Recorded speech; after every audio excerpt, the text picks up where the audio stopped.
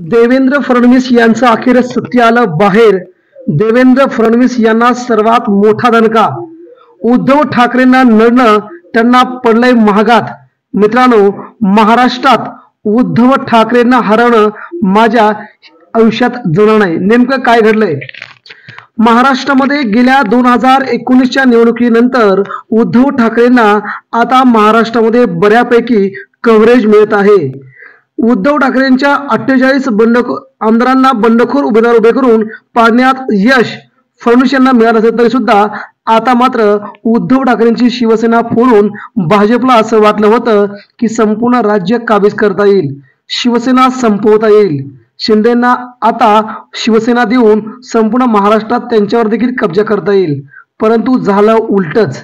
आता देवेंद्र फडणवीस यांच्या सध्या तोंडावर पडल्यासारखं झालं आहे।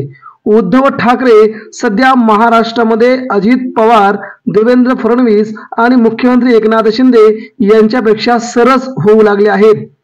फडणवीस यांना तोंडावरच पडावं लागले, कारण की आगामी काळात होणाऱ्या निवडणुकीच्या दृष्टिकोनातून उद्धव ठाकरेंनी ज्या प्रकारे आपली पावलं टाकली आहेत त्या प्रकारे फडणवीस यांचा गेम झाल्याचं सध्या बोललं जात आहे।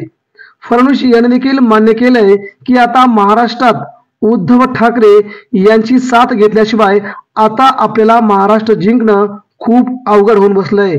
त्यामुळे शिंदेंना फोडणं, अजित पवारांना सोबत घेणं याचा फटका भाजपला तर बसलायच, मात्र राज्यामध्ये वेगवेगळा संदेश जाऊन फडणवीस यांचं देखील नाव खराब झालंय। यामुळे ठाकरेंशी पंगा घेणं किंवा ठाकरेंना नडणं आता भाजपला भारी पडलंय। यामुळे फडणवीस मान्यच करतायत की आता उद्धव ठाकरे महाराष्ट्रामध्ये आपल्याला जवळ केल्याशिवाय सत्ता येणं अवघड आहे। मित्रांनो, आपल्याला काय वाटतंय? फडणवीस यांना उद्धव ठाकरे भारी पडलेत का? फडणवीस तोंडावरती पडलेत का? ठाकरे पुन्हा किंग म्हणून महाराष्ट्र उदयास येतात का? आपल्या प्रतिक्रिया व्यक्त करा।